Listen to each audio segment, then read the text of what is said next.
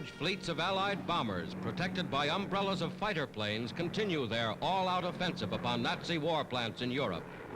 In one 24-hour period, 22 major rail junctions and scores of airfields from the Netherlands to Western Germany felt the force of Allied bombs.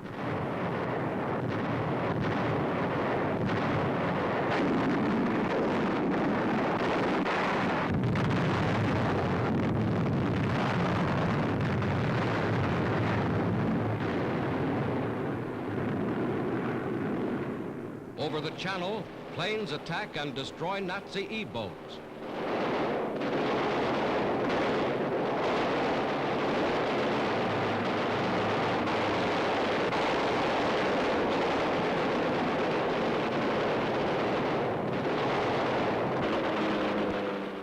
Wing cameras synchronized with blazing guns record dramatic evidence of Nazi planes blasted from the skies. Precious planes Hitler can ill afford to lose, with invasion threatening on all sides.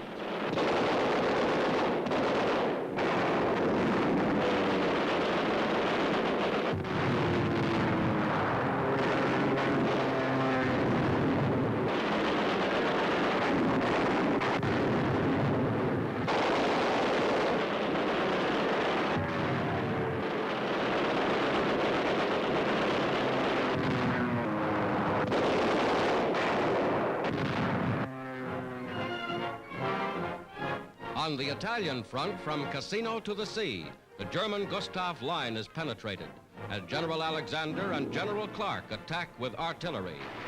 Big guns blasting away on an 85-mile front from the Adriatic to the Tyrrhenian Sea.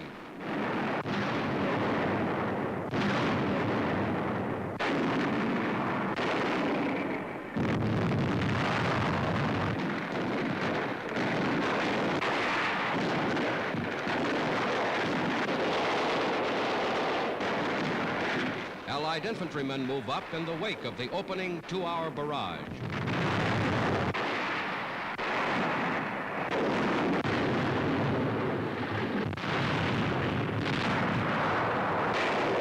American tanks wait to advance.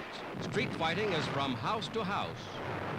In Italy, the new campaign is underway.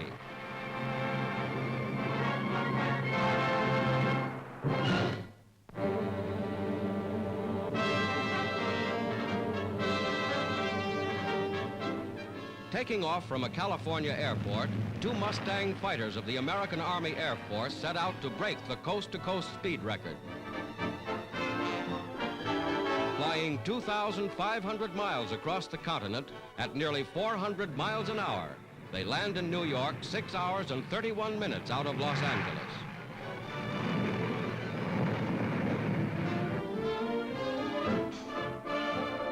First to alight is Colonel Peterson, who is greeted by his wife.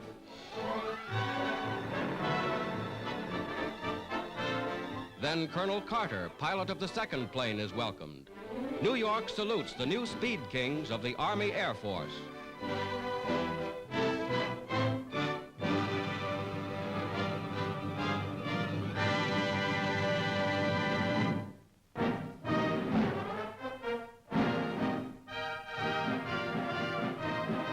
Student nurses, members of the newly formed United States Cadet Nurse Corps, marched to New York City Hall for induction. White-capped Navy auxiliaries applaud the young Sisters of Mercy, who pledged their lives to serve humanity.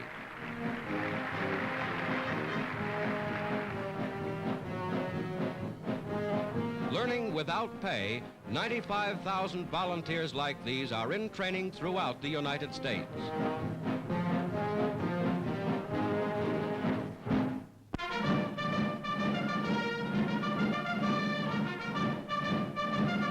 At training camps all over America, fresh new divisions pass in review as the time nears for them to go overseas.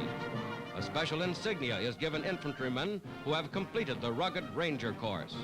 Soon these seasoned fighting men will be in action at the front.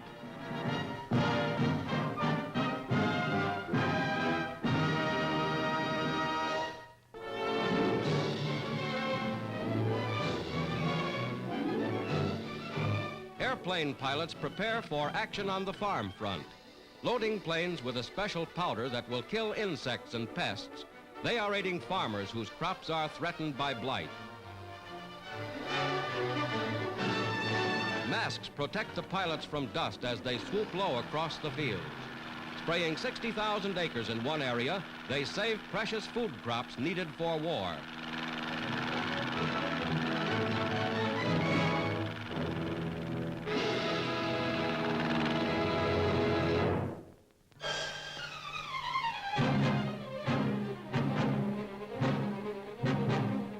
Just before dawn on the morning of April 22nd, a powerful Allied force in the Pacific moves as if to strike the Jap base at Palau.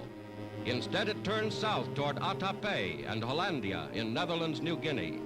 The enemy is caught napping. The assault begins at night with a terrific naval barrage.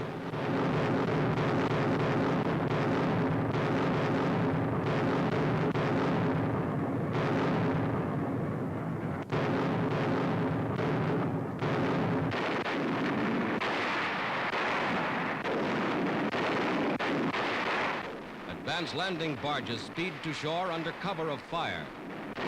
Giant land-based bombers support the American attack. Enemy positions and installations along the entire coast are blasted again and again.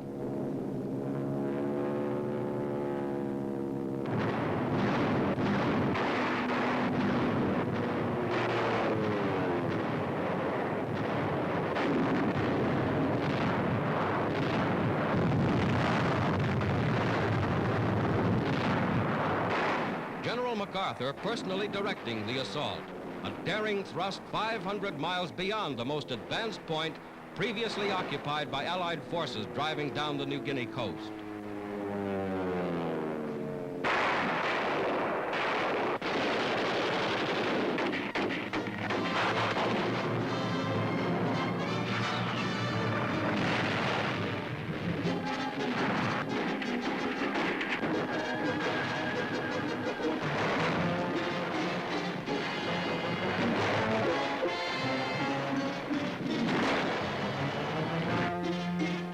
Landing, now a full-scale invasion, is made with a full complement of mechanized equipment. Huge tanks nosing across the beach, spearheading the infantry into the dense and muddy jungle.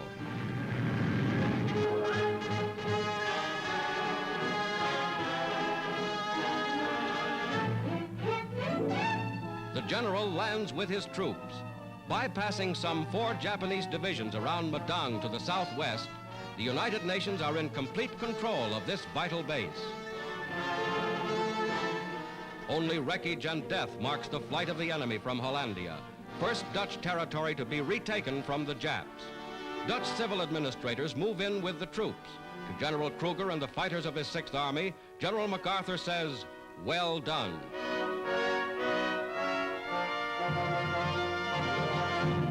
Hollandia, 1,150 miles from the Philippines, is in Allied hands. And to the people of the Philippines, MacArthur has said, "I shall return."